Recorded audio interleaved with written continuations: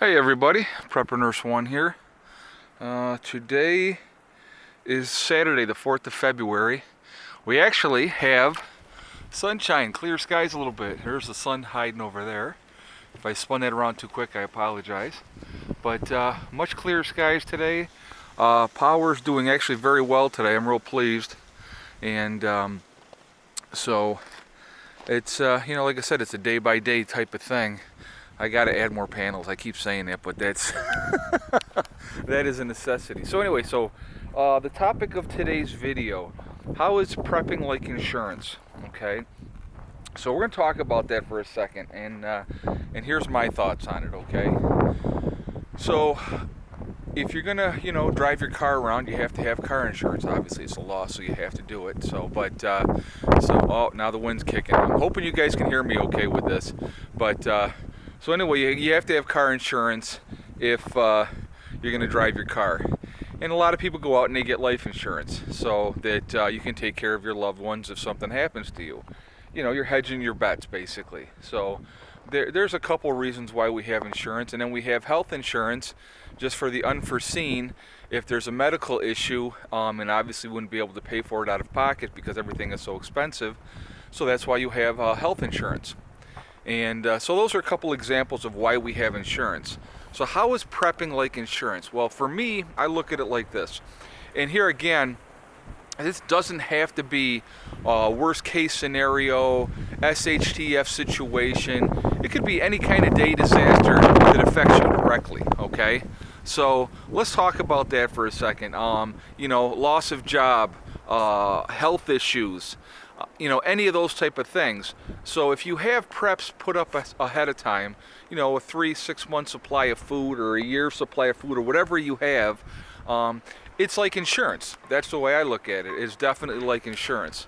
Hold on a second. I want to see who's calling here. Freaking stupid school. So anyway, it's like insurance. And so anyway, that's one of the main reasons why I prep. I prep for the unforeseen because you don't know what's going on. And that's why I believe that prepping is like insurance. You do it for the unforeseen, for the just in case. We have in our country all the time all kinds of natural disasters. We have floods, we have forest fires, we have tornadoes, we have hurricanes. We have, ice storms, we have blizzards. So all these things can affect you directly. And it happens all the time.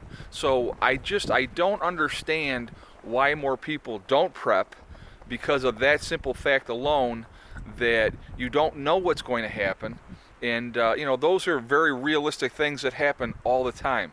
And again, like I said, prepping is got a bad reputation because people think, oh, you're a gloom and doomer and you're waiting for the end of the world and all this type of stuff. And that's not it at all. That is absolutely not it at all. It's about preparing for the unforeseen, which you don't know what could happen. Now, obviously, I'm probably more extreme than a lot of people, but that's just my own personal preference. I'm a big believer in you prepare for the worst and you hope for the best. But with doing prepping, it's an insurance policy for the unforeseen. It's just a smart thing to do. So it's like you have all these other insurances. Why don't you have that one? And like I said again, they say that 95% of people are not prepared for a 2-week disaster. 95%. That is it's amazing to me. And if you go on the websites for FEMA or the Red Cross, they will say right on those websites, and I know I've said this before, so I'm being repetitive, but they say right on those websites that you should have a 2-week supply of food and water. So I don't understand why more people don't do it. It just doesn't make any sense to me, but it is what it is. And so again, I'm trying to put it in a different context so that people don't think, oh my God, prepping, it's freaking crazy people waiting for the end of the world. That's not it at all. It's being able to be as self-reliant as you possibly can be, like I said, and having enough food and water and things just to be for the unforeseen, because you just never know. You never know what could happen. Like I said, here in the Northeast, we really don't get tornadoes up here. We've had I don't know, they call them something up here that happens, a microburst or whatever, but we have those once in a while. But we really don't get tornadoes like they do out in the Midwest.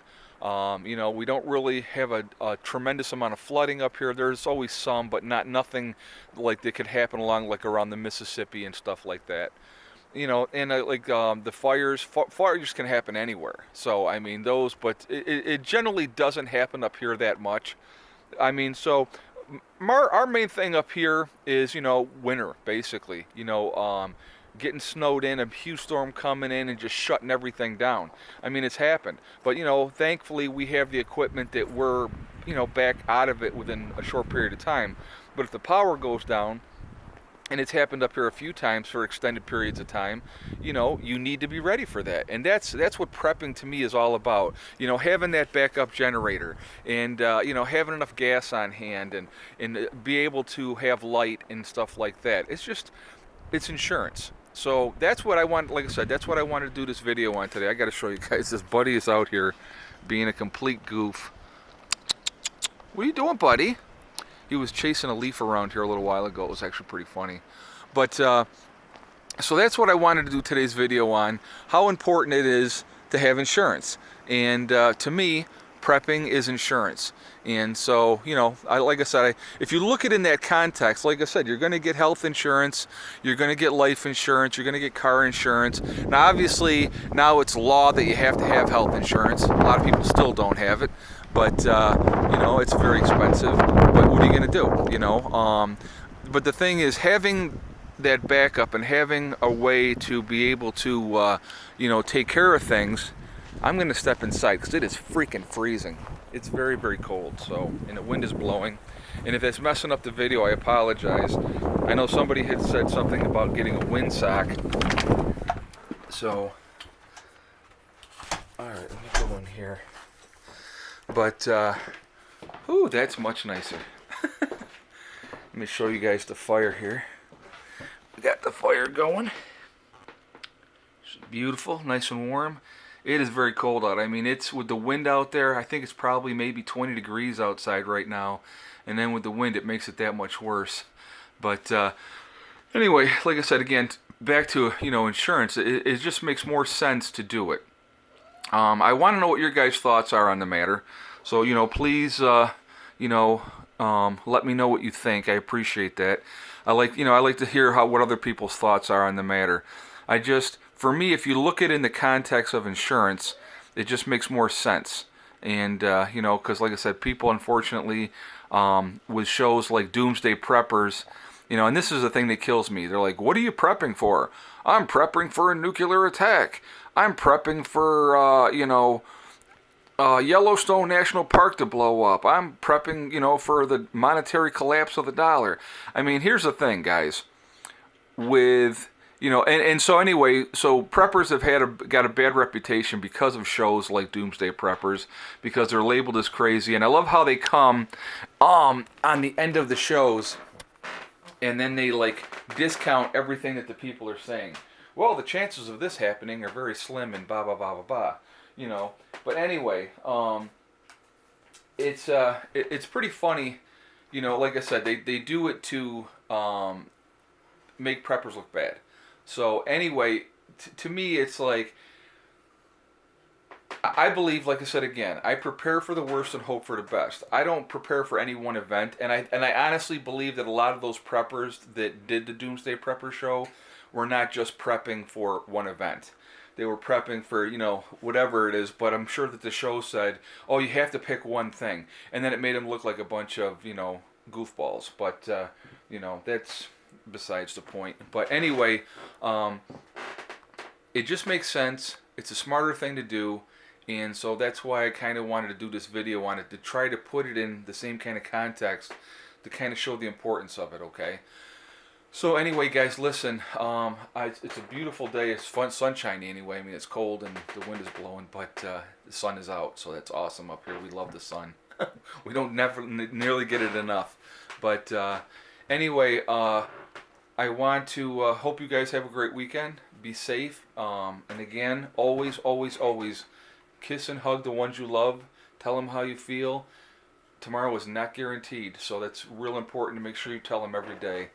And remember, guys, whatever your journey is, whatever you're driving towards, or whatever, it is one step at a time, it is one thing at a time, and it's one day at a time. And whatever you're driving for, you will get there. It doesn't necessarily having to be off grid. It can be whatever your dreams are. So many people tell people that, oh, you can't do this or you can't do that. And some people will give up because of that. But people that are strong-minded are going to keep doing what they do and follow through with what they think is the way to go. So, on that note, and let me kick it over here to Soxy. Hello, Sox. You're just a good girl, yes.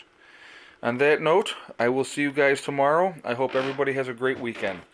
Prepper Nurse 1 out for now. Say goodbye, Sox. You say goodbye? Yeah.